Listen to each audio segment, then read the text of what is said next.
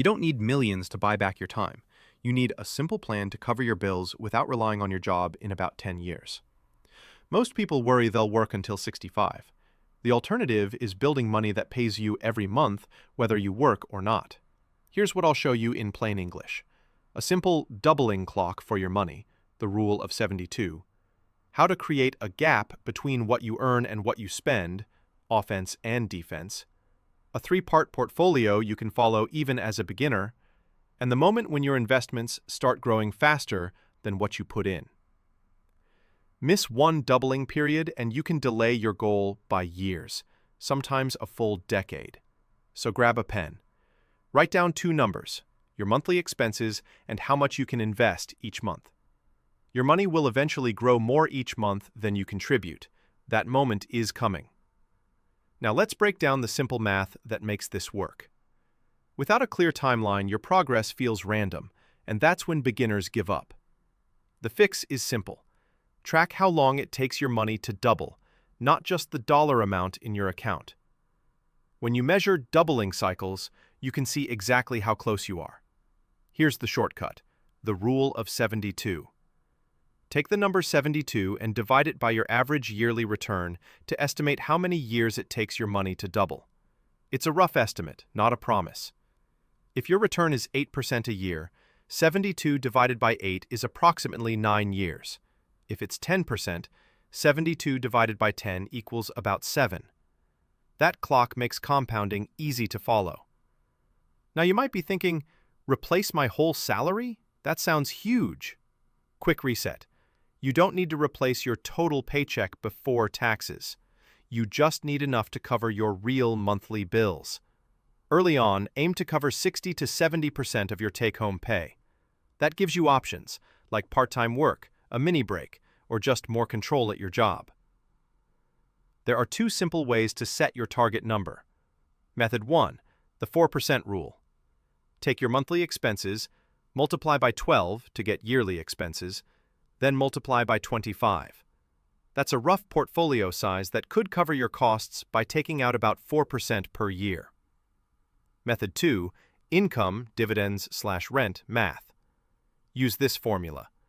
Needed money equals income you want divided by expected yield.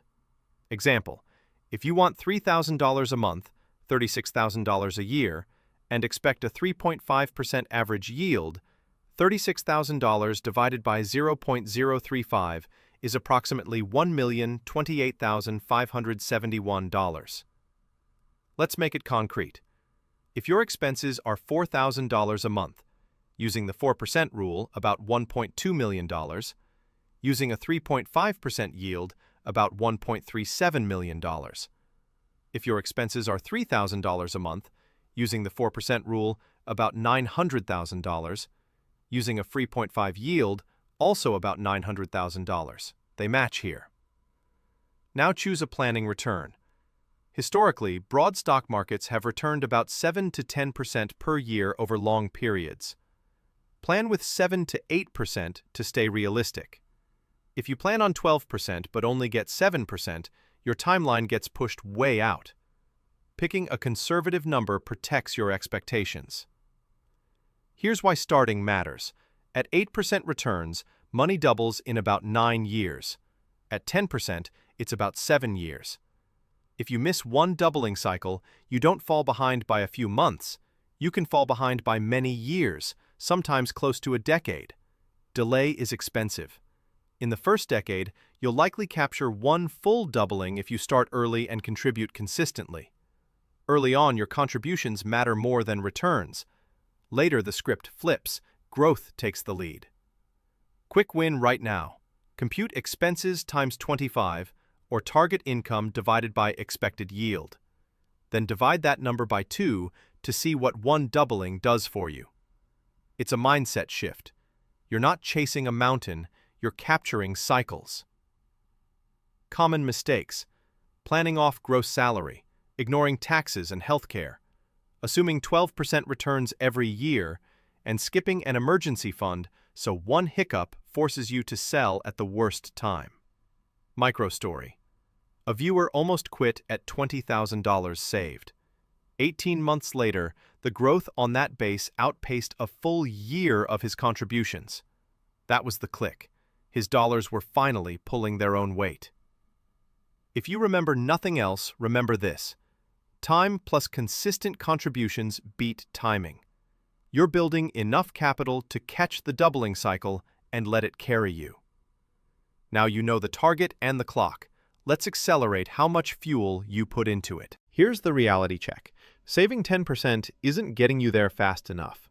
At $400 a month for 10 years, even with a strong 10% return, you're staring at roughly $77,000. Respectable, sure, but nowhere near replacing a salary.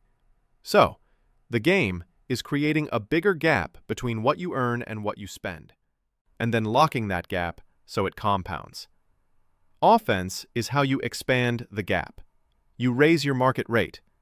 That means stacking skills and certs that recruiters actually search for, timing smart job hops every 18 to 30 months, pushing for internal promotions, and building small side streams, freelance, consulting, or simple digital products. The point isn't a flashy business.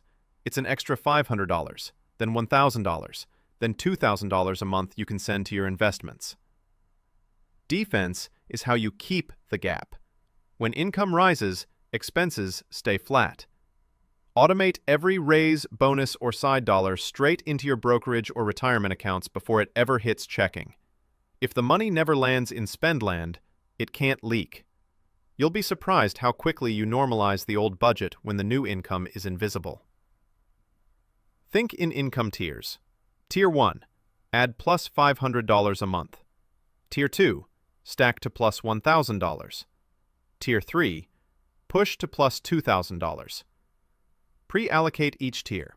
When I hit plus $1,000, $700 goes to index funds, $300 to my dividend ETF. Decide the routing while you're calm, not when the raise shows up. Run the 12-month new dollars don't leak experiment. For 1 year, 100% of every raise, bonus, tax refund, or side income auto-invests. If you need a number, set a spending ceiling right now, last month's expenses, and hold it for 12 months. Any dollar above that ceiling moves automatically on payday. Contrast this. Person A earns $4,000 and saves 10% for a decade. With growth, they end up near $77,000. Person B grows income to $10,000 but holds expenses at $3,600. Contribute the gap, and you land around $193,000. Same years, wildly different fuel. That's offense plus defense. Your savings rate is the scoreboard. Stretch to 30% as fast as possible, then 40%, then 50% plus by stacking new income while flatlining lifestyle. Pay yourself first with automatic transfers. Open a separate brokerage labeled New Income so it's obvious what belongs there. Set transfers to hit the morning of payday. Behavior beats intention. Now here's where most people mess up. They upgrade the car too early, stretch housing, let savings rates swing with mood, skip automation, and chase hot stocks trying to catch up. Don't. Your edge is consistency, not gambling. Microstory. A client kept expenses at $3,600 while income climbed to $8,700 in 2 years. Because raises never touched checking, contributions tripled in 24 months without feeling deprived. That's the power of invisible upgrades. Quick win today. Set a 12-month spending ceiling and lock an auto-invest that sweeps any income increase the minute it lands. If your paycheck rises by $250, that $250 moves automatically. No decisions, no leaks. Remember, the gap is the growth engine. Offense builds it, defense protects it. Treat it like your freedom depends on it, because it does. With fuel secured, let's build the money machine that turns contributions into durable passive income. Balance wins because one-dimensional portfolios break under stress. If you only chase growth, a drawdown can force you to sell at the worst time. If you only chase yield, you risk owning weak businesses or cutting yourself off from long-term compounding. When you balance growth income, and stability, you stay invested, which is the real advantage. Layer 1 is growth. This is your broad market engine. Low-cost, total U.S. market and international index funds, with a small slice for selective dividend or growth stocks if you want to learn and build a tiny edge. Think 60 to 70% of the portfolio as the core compounding base. The purpose is simple: outpace inflation and build the bulk of future capital. Without a strong growth core, your purchasing power erodes and your income layer later has less to work with. Now here's where most people mess up. They confuse excitement with progress. The flashy stock isn't the plan. The consistent index core is. Once you nail that, everything else clicks because your base is compounding regardless of headlines, tweets, or hype cycles. Layer 2 is income. By years 8 to 10, you want a blended yield in the 3 to 4% range from dividend ETFs, REITs, and possibly rentals if that fits your skill set. The reason this works is predictable cash flow. Dividends and rent show up whether the market's up or down. Early on, you'll reinvest most of it. As you approach salary replacement, that cash pipeline can cover a chunk of expenses and reduce the need to sell shares during volatility. Let me show you exactly how to think about it. If your income layer yields 3.5% and you've built $600,000 in that sleeve, that's about $21,000 a year, $1,750 a month. Reinvest that when you're still building. As you approach the finish line, redirect it toward living costs. That flexibility is the point. Layer 3 is stability. Treasuries, TIPS, high-yield savings, and, if you want, a small gold slice. The job here isn't big returns. It's liquidity and a volatility buffer. Before you retire, target 6 to 12 months of expenses in cash or T-bills. That runway lets you handle downturns without touching growth assets. This clicked for me when I watched investors with no cash cushion sell core holdings in a dip. They locked in losses and delayed their timeline by years. Currency diversification is your quiet hedge. A modest international equity allocation and, if appropriate, some developed market exposure reduces single economy risk. You're not chasing returns overseas, you're spreading risk so one country's problem doesn't derail your plan. Here's a practical allocation range to work from. Growth, 55 to 70%. Income, 20 to 35%. Stability, 10 to 15%. Adjust based on your volatility tolerance. If market swings make you lose sleep, tilt a touch more to stability and income. If you've got a strong stomach and longer runway, keep growth higher. Contribution routing matters. In years 1 to 6, fill growth first so the base compounds. In years 7 to 10, gradually tilt new contributions into income until your yield plus safe withdrawal covers expenses. Keep topping off stability to maintain your 6 to 12-month runway. Taxes can quietly eat yield. Place bonds and REITs in tax-advantaged accounts when possible. And avoid yield traps, those eye-popping payouts that aren't supported by real cash flow. If a payout looks too good, it probably is. Favor diversified dividend ETFs and quality REITs with sustainable coverage. Quick win you can implement this week. Set 2 auto buys, 1 broad index ETF and 1 dividend ETF, split 70-30. That simple habit builds both growth and income on autopilot.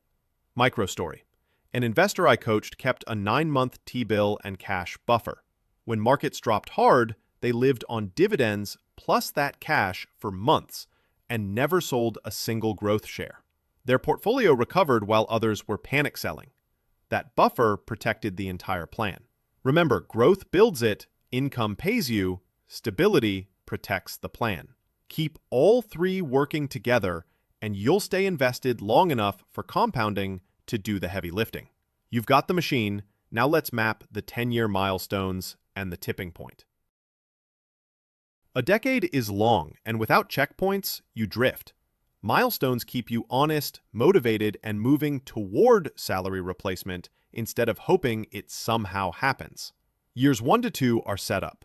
Build a real emergency fund, automate investing, launch your offense plan, and set a hard expense ceiling. By the end of year 2, Push your savings rate past 30%. Get your first $25,000 invested and focus on marketable skills and smart job hops. Years 3 to 4 are momentum. Cross $50,000 to $80,000 invested. At 8 to 10% growth, you'll see quarterly gains that exceed a month of contributions. Track a simple ratio: contribution to growth. When annual growth hits more than 50% of your annual contributions, you're nearing the bridge where compounding starts to help. Years 5 to 6 bring the first tipping signs. Some months, portfolio growth will outpace your monthly deposits. Begin adding income assets deliberately. Metrics matter. Aim for passive income to cover 15 to 25% of expenses. Get your savings rate to 40 to 50% and build your stability runway to at least 6 months. Years 7 to 8 are pre-retire structure. Increase the income layer to 25 to 35%, extend stability to 9 to 12 months, and keep offense adding $1,000 to $2,000 per month. The key metric here: annual growth plus passive income exceeds your total annual contributions. That's the moment the system starts carrying you. Years 9 to 10 are salary replacement. Finalize your allocation for the target yield and confirm that a safe withdrawal or your income coverage actually pays the bills. Choose your exit math: the 4% rule, a dividend/REIT yield approach, or a hybrid like a 3% draw plus 2% yield. Then test it for 12 months. Run a stress test. Simulate a 20 to 30% market drop. Live off the income layer and your stability runway. Do not sell growth. Rehearse this for 90 days so you know exactly how it feels. A viewer hit 32% expense coverage at year 6, and by year 9, a hybrid covered 102% of expenses. He stayed part-time by choice, not necessity. Common mistakes: quitting in year 3 to 4 when progress feels slow, ignoring healthcare and taxes, operating with a thin runway, overestimating yield, and constantly changing strategies. Simplicity, measured by milestones, wins. Quick win: draft your 10-year milestones tonight. Target balances, savings rate, and passive income percentage, and review them monthly. The finish line is when your portfolio, not your paycheck, pays the bills. Prove it for a year before you call it done. All right, let's lock in your first move so this doesn't become maybe later. Here's the takeaway. You can replace your salary in about a decade if you run the clock, create a widening gap, and build the 3-layer machine. Write 2 numbers: your monthly expenses and your monthly investable amount. Commit to the 12-month new dollars don't leak experiment starting next paycheck. Subscribe for the advanced play on pushing savings above 50% without feeling broke, plus how I'd allocate $1,000, $5,000, and $10,000 monthly. Comment with your target monthly passive income and current savings rate. I'll reply with 1 lever to pull this month.